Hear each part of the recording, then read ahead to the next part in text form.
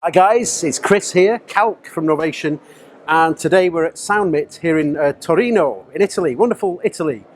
And yeah, I'm here with our distributors, MIDIware, our Italian distributors, and we're here at the Novation booth, the MIDIware booth, and I've got some nice things to talk to you about. So here we have the Launchpad X and the Launchpad Mini. So here we have the Launchpad X, which is the well, really the replacement, if you like, for the Launchpad Mark II. And of course, here we have the Launchpad Mini, which is the smaller version.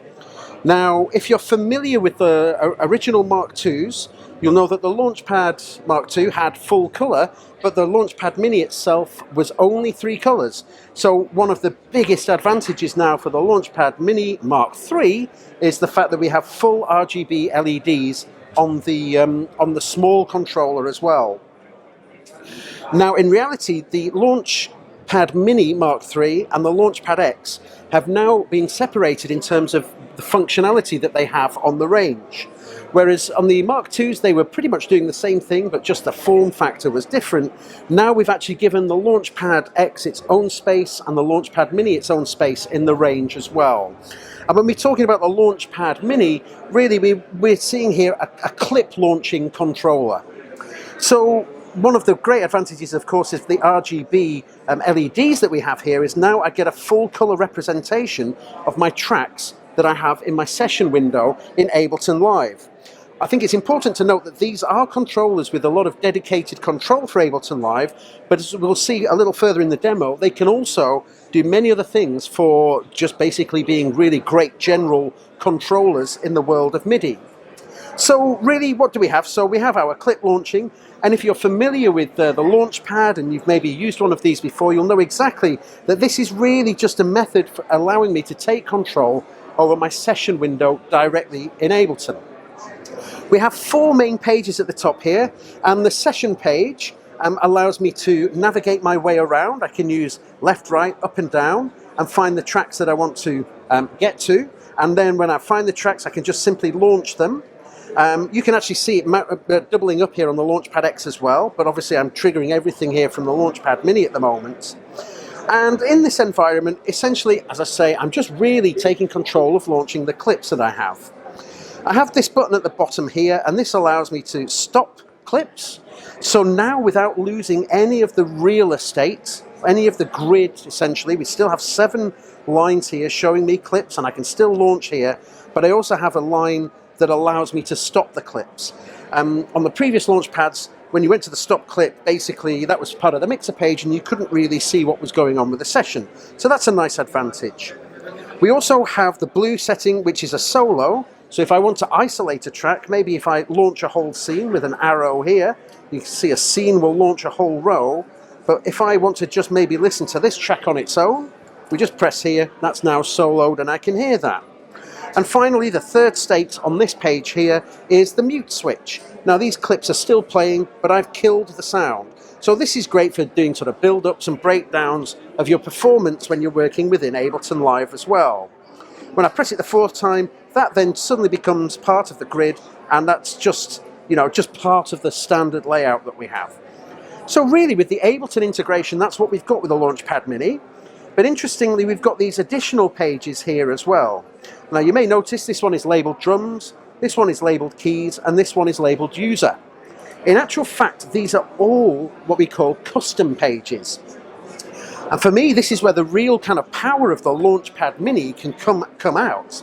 So we have 3 dedicated custom pages here, and for good measure, we've given you a nice drums layout if you want to play any drum racks that you have in Ableton, and even a keyboard layout. So I now have a 49 note controller keyboard in front of me with chromatic keys.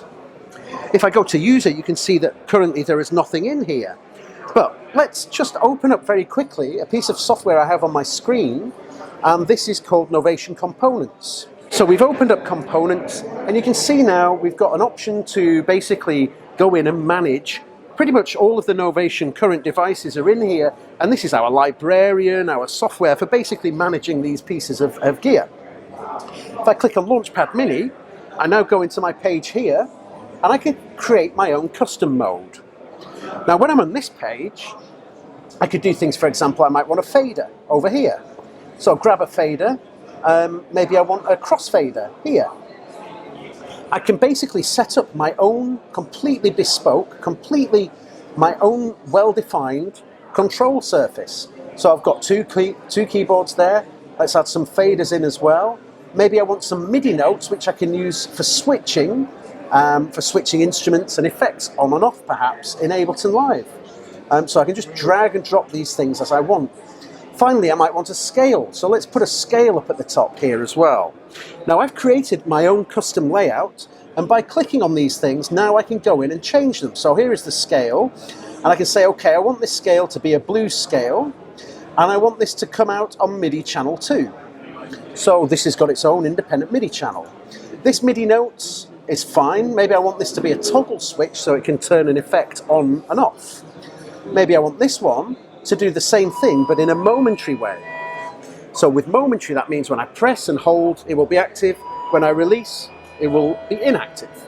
So now, of course, I have my faders that I've created, and I can give these their own dedicated color. So maybe I can make that one blue, maybe I can make this one yellow, as I like, and I can change the controller number so I can define what I want it to be.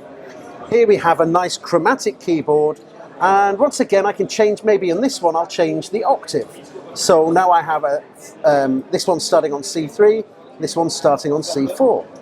So I've created my own mapping, and when I've done that, I just very simply hit Send to Launchpad Mini Mark III. Now, if I kind of hold this up in shot at the same time, so you can see hopefully the screen, and this, when I click the button here, bang, it's in immediately. And what that means now is that I have two faders, two switches, which acting as a toggle or a momentary. I have my scale set to a different MIDI channel. I have a chromatic keyboard here as well that I can play. So effectively, I've created my very own controller system, which I can use with Ableton Live or with any kind of MIDI software. Of course, we have this nice deep integration with Ableton Live, but we can take it beyond that. And actually, if I just very quickly get my Octatrack faders, this is one of my favorite ones, open up this, send this to the Launchpad, and we'll go to the same page. Now I have 8 faders, and this is a particular favorite of mine because I use a USB host to MIDI converter, and I've set up a very simple, quick mapping to give me access to all the volume controls on my Octatrack. So effectively I have a mixer for my Octatrack. Very straightforward and very simple to set up. So that's the Launchpad Mini. Now, of course, we're sitting next to here the Launchpad X, and so on Launchpad X you can see we have the same kind of functionality for launching clips, but this is really made to allow you to play more. So I've done the launching clips bit here, and then I'll say, so this is where we can cut in, and of course we can also press the session button a second time, and this opens up the mixer controls.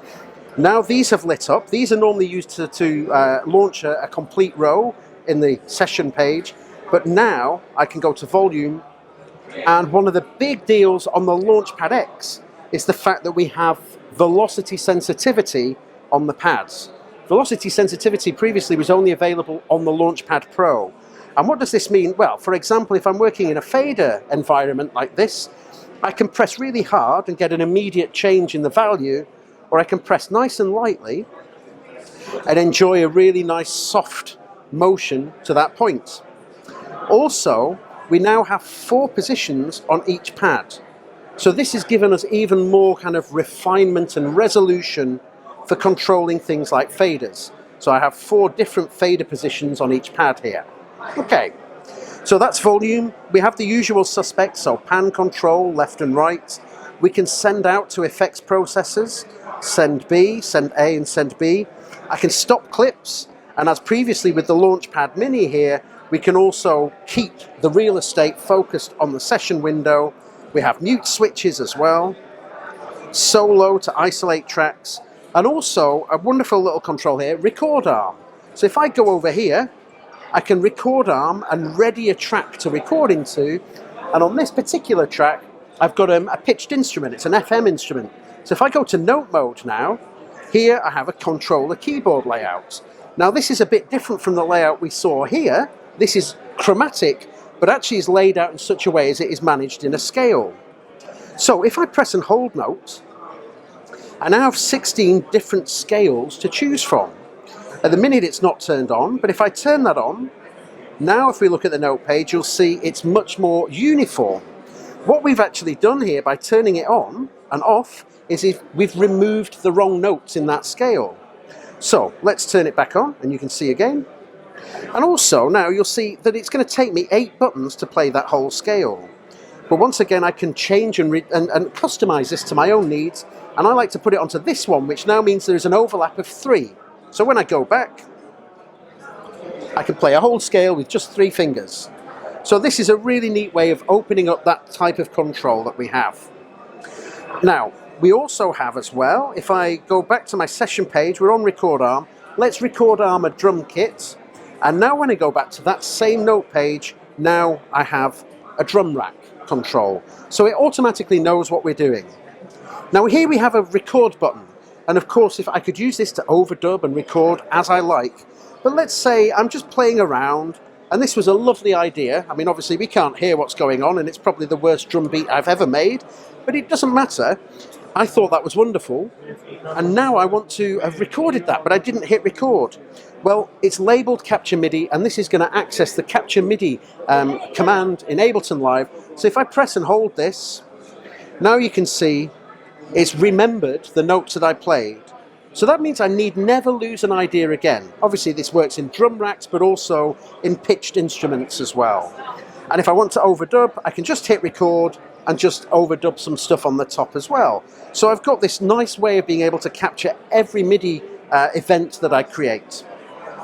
Finally, on Launchpad X, we also have 4 of those custom modes. So we have the same as we have on the Launchpad Mini, the drums mode, the keys mode here for a 4-active controller, and I have 2 that are empty, but you can populate all 4, or just keep them as you like. So that's the Launchpad X and the Launchpad Mini. They're available now in stores, and they're a really big development on the Launchpad world, and yeah, and have a lot more control over the software than they've previously had. Thanks very much.